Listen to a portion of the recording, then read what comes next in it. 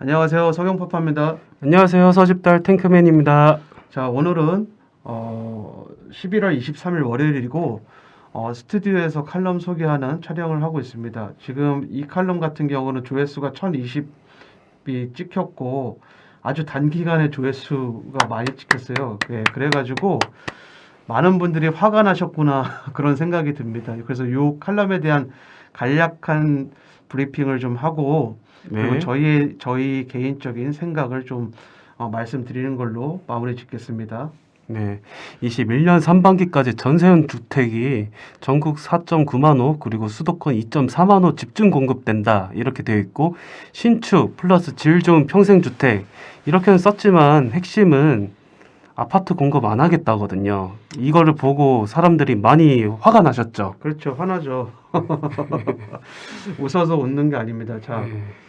이 정보는 정말 고집스러울 정도로 일관돼요. 제가 작년부터 여기 보시면은 아래 이제 칼럼을 소개해 놨는데 이 칼럼 제가 작년부터 써놨어요. 왠지 제목이 네. 아파트 사지 마. 이게 제가 사지 말라고 하는 게 아니라 대책을 보니 사지 말라는 뜻이어서 그래서 이렇게 이 칼럼을 써놨고 이걸 썼을 때가 작년 크리스마스 때였네. 벌써 1년이 다 거의 다 돼가네요. 네, 12월 24일 딱 크리스마스. 2부 때 네, 썼는데 2부 때. 이 칼럼도 사실 조회수가 많아요. 조회수가 네. 많고 많은 분들이 멘붕이 오셨을 만한 그런 정책이었을 겁니다. 1216 정책이. 네. 그런데 정책이 정책으로 끝나는 경우가 많아요. 예. 우리가 조사를 해보니까 이 정부의 정책은 그렇게 정책이 정책으로 끝나는 게 아니라 진짜 조용하고 우직하게 행동으로 이어지는 경우가 훨씬 더 많다는 점이죠. 그래서 지금 돈을 벌려면, 부동산으로 돈을 벌려면 과거 투자 공식으로는 힘들다.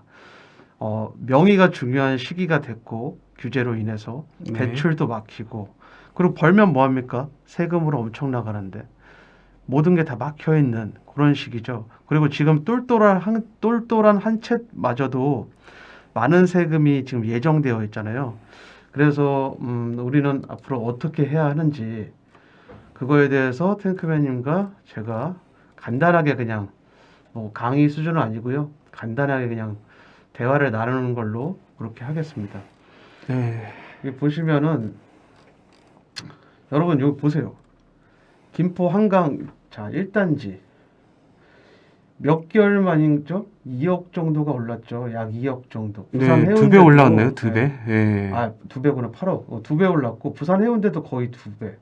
수영구도 거의 두 배. 이 부산 수영구 얘기하는 거고 동래구도 부산 동래구도 두 배 이상 올랐는데 다 비규제 지역이었던 당시에는 그런 맞아요. 것들이 많이 올랐네요. 네. 기본적으로 아파트 입지나 재건축 호재 이게 아니라 그냥 투자가 가능한 곳이니까 돈이 몰린 곳이에요. 네. 그럼 이런 데 어떡하죠? 규제가 되는 순간 그냥 이 가격을 받아줄 수가 없겠죠. 네. 예. 그리고 중요한 건 아파트는 지금 규제 때문에 팔아봐야 많이 벌면 뭐합니까? 다 가져가는데. 예. 그래서 제가 생각할 때는 기존에 좋은 아파트를 이미 가지고 계시다면은 그냥 움직이지 않는 게 가장 좋아요. 예. 그러니까 내가 내 자산, 내 예산 내에서 꽤 훌륭한 대장 아파트나 준대장 아파트 정도를 보유하고 있다면 웬만하면 움직이지 않으시는 게 비과세 그 혜택을 받으실 수 있는 사람 빼고는 웬만하면 움직이지 않으시는 게 좋지 않을까. 서경파파님, 네. 급 질문이 있는데요. 만약에 대장급을 보유하지 않은 그런 분들이라면은 지금 어떻게 행동을 해야 될까요? 던져야죠. 지금 던지기 굉장히 좋은 시점이잖아요. 계속 수요가 몰리고 패닉 바잉 하시는 분들 때문에 계속 사잖아요. 예. 그래서 입지가 떨어졌음에도 불구하고 기존 풍선 효과 때문에 오른 아파트들 그런 아파트는 지금 던지기 굉장히 좋은 시점이에요. 그래서 지금 던지고 뭘 사면 좋을까요? 이제 재건축 시작하는 아파트들 네. 그 중에서 내 예산에 맞게끔 네. 일단 무조건 그 무주택인 사람을 기준으로 봤을 때 아파트 한 채 보유하는 건 굉장히 중요해요. 제가 볼 때. 왜냐? 대한민국은 아파트 공화국이기 때문에 네. 결국 아무리 정책이 나오고 규제를 해도 결국 아파트 한 채에 대한 로망은 꺼지지 않거든요. 그래서 네. 서울 아파트, 경기도 말고 지방 말고 서울 아파트 작은 평수에도 상관없으니까 확정적 호재가 있는 아파트 한 채는 보유하시고 네. 그 남은 돈으로 여유가 있으면 재개발 투자를 하셔도 좋고 가로주택 투자를 하셔도 좋고 거기서부터 본인의 선택입니다. 그런데 네. 의무는 아파트 한 채를 작은 평수여도 상관없다. 심지어 입지가 떨어져도 상관없다. 주변에 확정적 호재와 재건축 예정 아파트라면 네. 그래서 저 같으면은 그렇게 하겠어요. 그게 가장 안전해요. 사실 아파트가 제일 안전하죠. 예.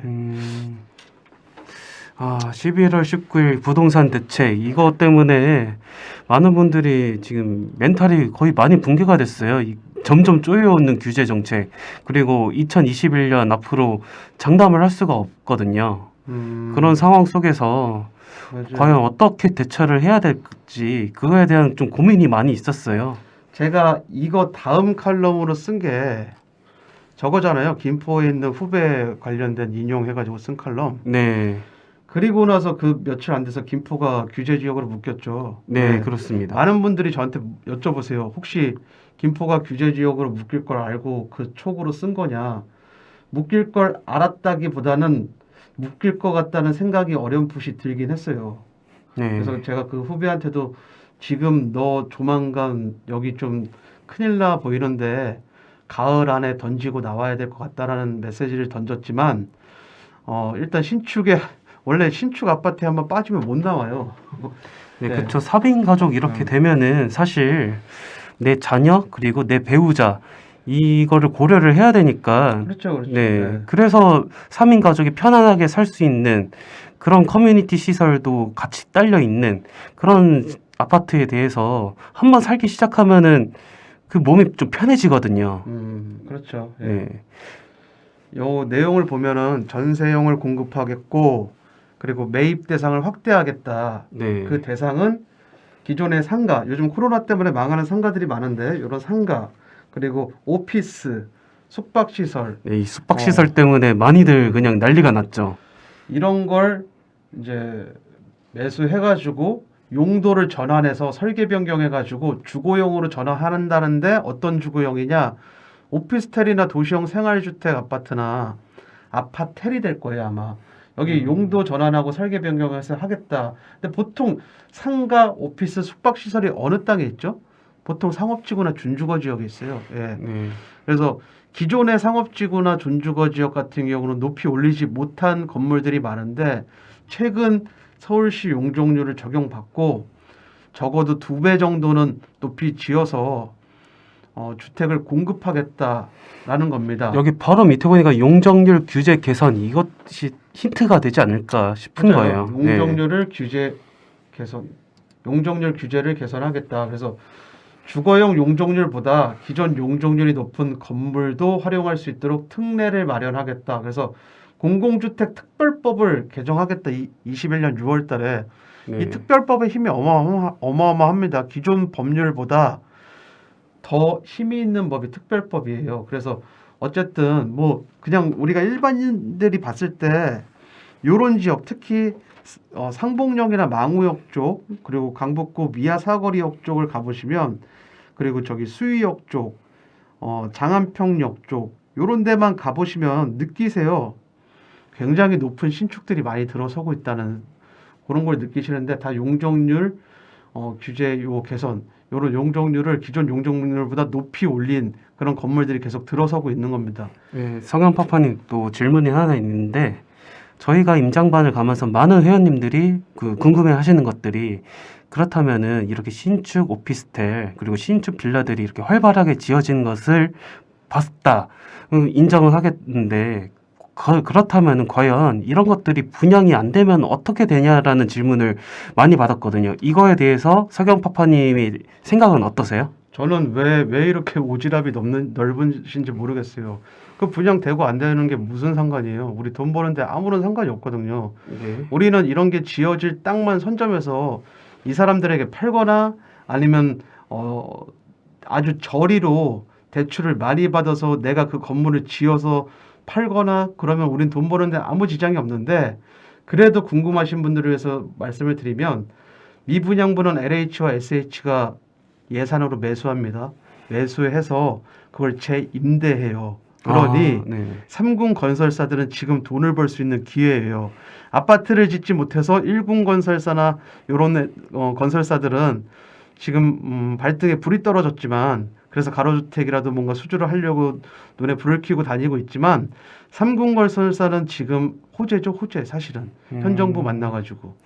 네, 그러고 보면은 앞으로의 규제 정책이 점점 강화되면 강화될수록 일반인들 특히 아파트로 좀 적절하게 수익을 받던 분들은 이제 좀 많이 어려워진 장이 될 거라고 지금 예상이 되거든요. 2021년 그 이후부터는. 그렇죠. 뭐 네. 어쨌든 아파트와 재건축에 대한 규제가 너무나 강해서 호재로 인해서 호가가 많이 오르더라도 그 오른 만큼 다 뺏어가잖아요, 지금.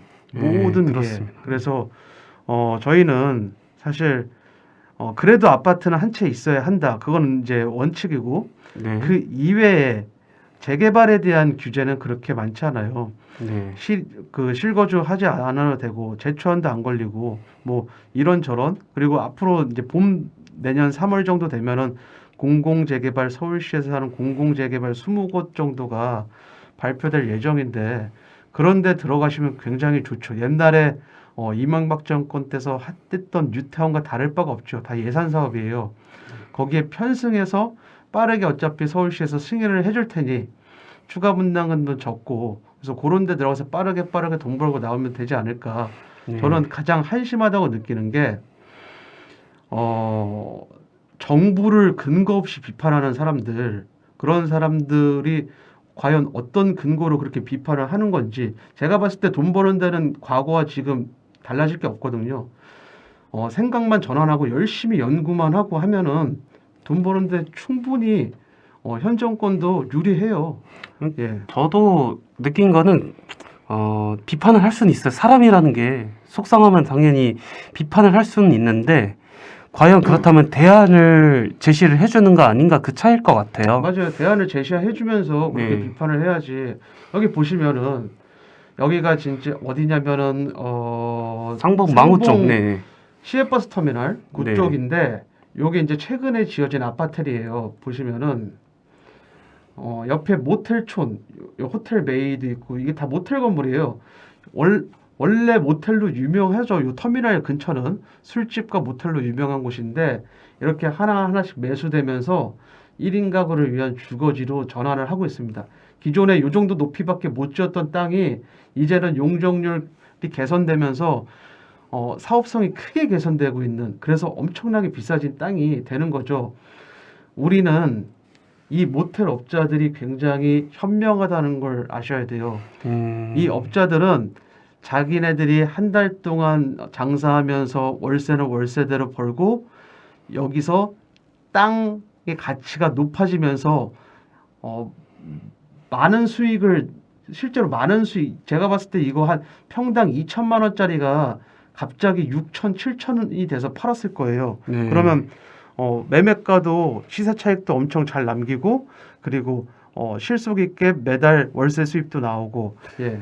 성현파파님, 더 얘기할 거는 많을 것 같은데 일단 잠깐 10분 정도 좀 쉬어가는 건 어떨까요? 네, 그러시죠 뭐. 네, 그러면은 새로운 그 컨텐츠로 인사드리겠습니다. 네, 이따 뵙겠습니다.